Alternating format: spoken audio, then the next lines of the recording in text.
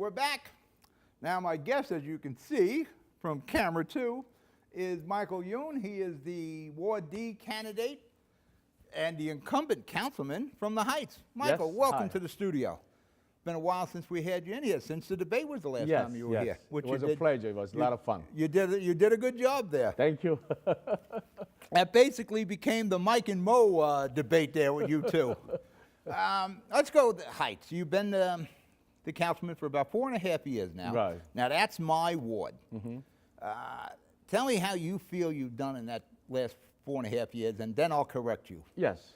You know, actually, as you know, before I involved in politics, people elect councilman in 2013, you know me that I was a community leader for almost 30-some years.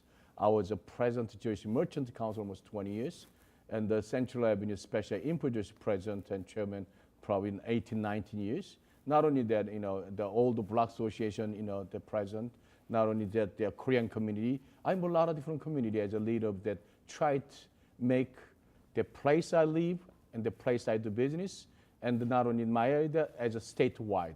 Well, one of the things that impressed me was after you won your election, you ran against Sean Connors, who you're supporting this time around as councilman at large. You closed your business and you ran the Garden State News on Central and Bowers for 36 years. 36 years. You went all in on being a council person. Even though it's a part-time paid position, you went full-time on it. Yes. You know, 24/7, 365. Yes, that's what I look at, okay. When you make a commitment, and you have to, as electors, you have to try to do the best, try to deliberate what you promised people. But when you have like a full-time job as a businessman and do the council job, I realized that's not easy. That's why I said, listen, this is time to fold the business. Let me deliberate what I promised the people. That's why I do that full-time, you know, 24/7 as a council roles, I did that. Now, you didn't just close the store and rent it to someone else. No. You made that your Ward D council headquarters, civic center, community meeting room. I've attended many of the Heights Parking Committee meetings there until they moved it away.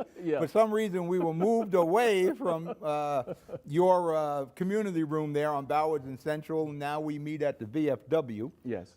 There's probably some politics involved as to why we moved it. Actually, you know, general public don't understand what happened, but we gotta, you know, as electors, I have to tell the truth. Reason I have office in Central Avenue, I realized that in a councilman office located in the City Hall, 280 Grove Street, it's far from the Heights. You know, if any people want to try to see me at the City Hall, then they have to make a special trip. Not only that, it's a parking is an issue. I said, listen, something wrong here. You know, our city, even my district itself, almost the same size as Union City. I think we should have my office in the middle of the Heights so I can provide a better service than anybody else. Well, I tell you, you look at campaigns. Everybody opens campaign headquarters if they can afford to do it on Central Avenue. Your opponent, Steve Fulop, and the council representative that he's supporting, opened a campaign headquarters on Central Avenue. When you took closed the Garden State News and made that your council office, you took a bit of a financial hit there because that space, as somebody who looked for space on Central Avenue, very much. You probably took correct me if I'm wrong, you probably took about a $4,500 a month hit on, you could have leased that. That's the center of the avenue. You're right. If it's center of the avenue, actually it's a gold mine, location-wise one of the best. Probably rent around the $6,000 a month, easy $5,000 a month, easy. Plus electric and gas, you know, and also I paid all the training. Cost me per month around $6,000 to $7,000 a month come from my pocket. Well, that's from lost revenue and the expenses. Yes. And as a councilman, how much do you make a year? Well, we make like $30,000 a year, and the tax probably $25,000. That's a good business move on your end, closing your business. I lost average almost $50,000, $60,000 a year. But I promised the people my service, then I have to deliver it. Now, by the way, didn't you give the kid from Christian Jewelers some space in your location? Yes. But we got to find him a real location because he's the only guy I trust doing my watches. That's true. And I'm a watch. I have a lot of watches. I go down. He does my batteries. He does my repairs. Now, Christian Jewelers, they sold the building. There's some other tenant coming in, I assume. And the young guy, what's his name again?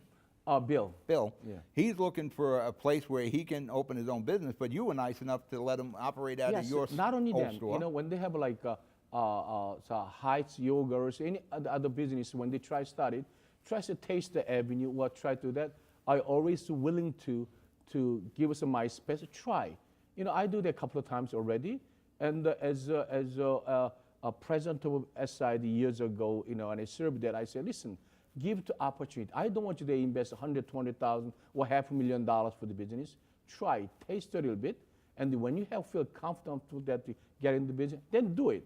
You know, so I provide a lot of different places for those kind of things. Well, that guy, Bill, we got to help because he's really good. Yes. He's really a But craftsman. I'm going to make today, he's not able back to my business, my office yet, because he fixing his house. So, you know, he expected, you know, with the old construction, not with a small minor fix, he expected like a month to take, but actually take more than months. So he's not back.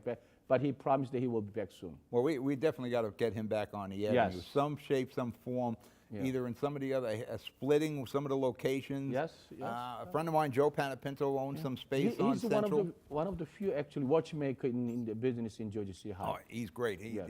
I've had a bunch of antique watches, from pocket watches Yes. to wristwatches. He's rebuilt them or sent them out Yeah. to be rebuilt. Not only that, you I can need him. trust him. Yes, he's a good guy. He's a good Yes, guy. very good. Now, getting back to you, tell me your top 3 accomplishments since you've been the council person. Well, that's great. First things I can say that number one, increase the municipal service.